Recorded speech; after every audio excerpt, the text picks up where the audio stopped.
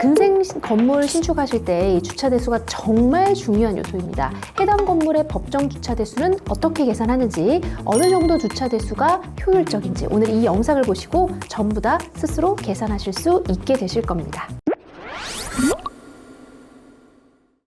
안녕하세요. 차빌TV 황진경입니다. 작년 말에 매수자분께서 저희와 방배동 꼬마빌딩 잔금을 끝내시고 이제 대수선 해체 심의와 시공사 견적을 비교 검토해 보셨는데, 대수성 시공 견적과 신축 비용이 8천만 원밖에 차이가 안 난다는 놀라운 사실을 발견했습니다. 보통의 대수선 비용을 신축 비용의 한 60에서 70% 정도로 알고 계시는데요. 주택인 경우는 이렇게 가끔 대수선 시 구조보강 비용이 생각보다 좀 많이 드는 구조가 있어요. 구조보강이 너무 많이 든다면 신축을 하는 게 오히려 더 유리한 경우가 있습니다. 저희가 계속 소통해왔던 이 서초구청의 담당 주무관님께 대수선 말고 신축으로 변경을 하려고 합니다 라고 했더니, 최근 신축 관련 문의가 작년에 비해서 엄청 많이 늘었다고 하더라고요. 바로 1조건 사선 제한이 개정됐기 때문입니다. 서울시에만 해당되는 이 1조건 관련 건축법 시행령이 23년 9월에 개정 공포가 되었고, 이 건축 조례 개정된 이후에 23년 12월 29일부터 현장에서 이제 실제 적용 가능하게 됐거든요. 그동안 이 근생 건물들에 대한 층고 관련 민원들이 정말 많았어요. 9m에서 이제는 10m까지 높이가 완화가 되면서 지상의 3개 층을 각각 3m 초반대 층고로 지을 수가 있게 됐습니다.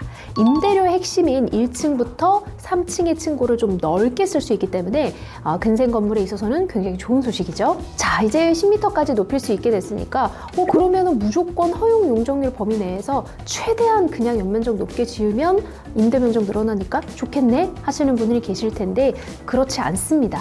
바로 주차 대수 때문인데요.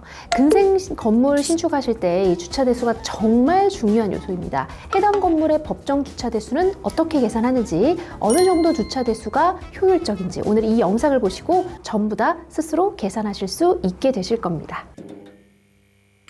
자, 일단 신축할 때 주차 대수는 이 건물의 연면적에 따라 달라집니다. 우리가 최대로 이 땅에 지을 수 있는 연면적을 먼저 계산하실 수가 있어야 돼요.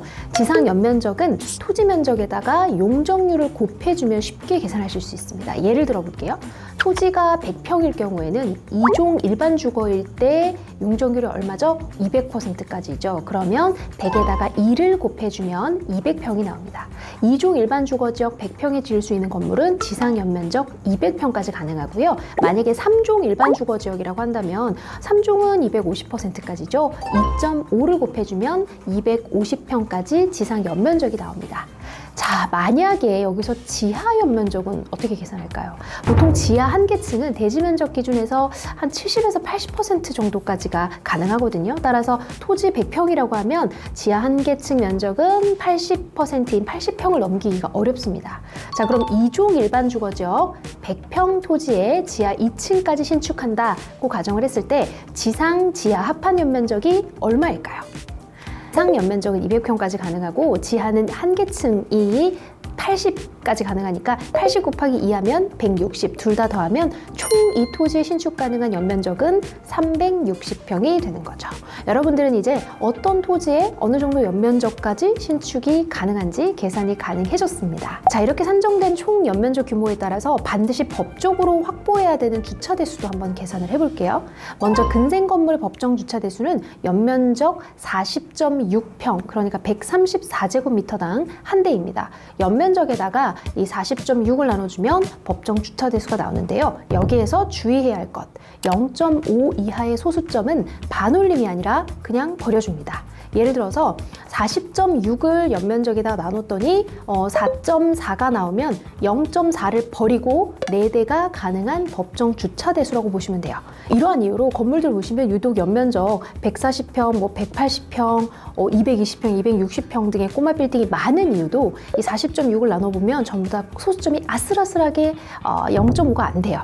소수점이 0.4보다 뭐 조금 어설프게 애매하게 넘어가면 주차 대수가 한 대가 추가가 되죠. 최대 연면적이 돼 주차 대수는 최소로 확보하기 위함입니다. 보통 서울 주요 지역 같은 경우에 50평대 토지에는 140에서 180평대 연면적으로 이제 선택이 되고 70평대 토지에서는 연면적 180에서 220평대에서 선택이 많이 나옵니다. 자, 그럼 여기에서 드는 의문. 주차 대수 그냥 늘리고 연면적 최대로 늘리는 게 좋은 거 아닌가? 이렇게 생각하실 수도 있는데요. 일단 지하가 없다고 가정을 해볼게요. 그러면 1층의 필로티 구조로 임대 면적을 깎아서 주차 공간을 만들어야 되겠죠? 1층 임대료가 조금 비싸고 핵심인 지역에는 1층 임대 면적 깎는 거는 임대료 손실이 더 큰 상황이에요. 그리고 또 만약에 지하를 좀 깊게 파서 주차를 만든다고 해도 지하를 파는 굴토공사가 생각보다 엄청 비싸요. 지하를 주차 공간으로 만들어서라도 연면적을 늘려야 하는 그런 상권이 아니라면 오히려 공사비가 더 나옵니다. 앞의 경우와 마찬가지 손실이 더 크죠. 그렇다면 이 건물에 따라 최적의 주차 대수는 어떻게 할 수 있을까요? 이 경우는 사실 상권마다 굉장히 다릅니다. 예를 들어서 전체적으로 그 상권이 좀 사옥 상권이다. 사옥은 주차 공간이 핵심이죠. 주차 공간이 무조건 많은 건물이 임차에 유리하기 때문에 1층을 깎아서라도 필로티 주차 공간을 확보한 후에 최대한 주차 대수를 늘려서 연면적을 확보하는 게 유리합니다. 이 성수동이나 뭐 압구정 로데오, 과거 가로수길처럼 1층 임대료가 굉장히 비싼 곳은 1층을 깎아서 주차 공간으로 쓰면 안 되겠죠. 적정 주차 대수를 찾아서 최대한 1층 임대 면적을 확보하는 방법을 선택을 해야 됩니다. 결론은 이 최적 주차 대수는 상권마다 굉장히 다르고 또 상권마다 건물의 최적 규모도 다르다 하는 겁니다.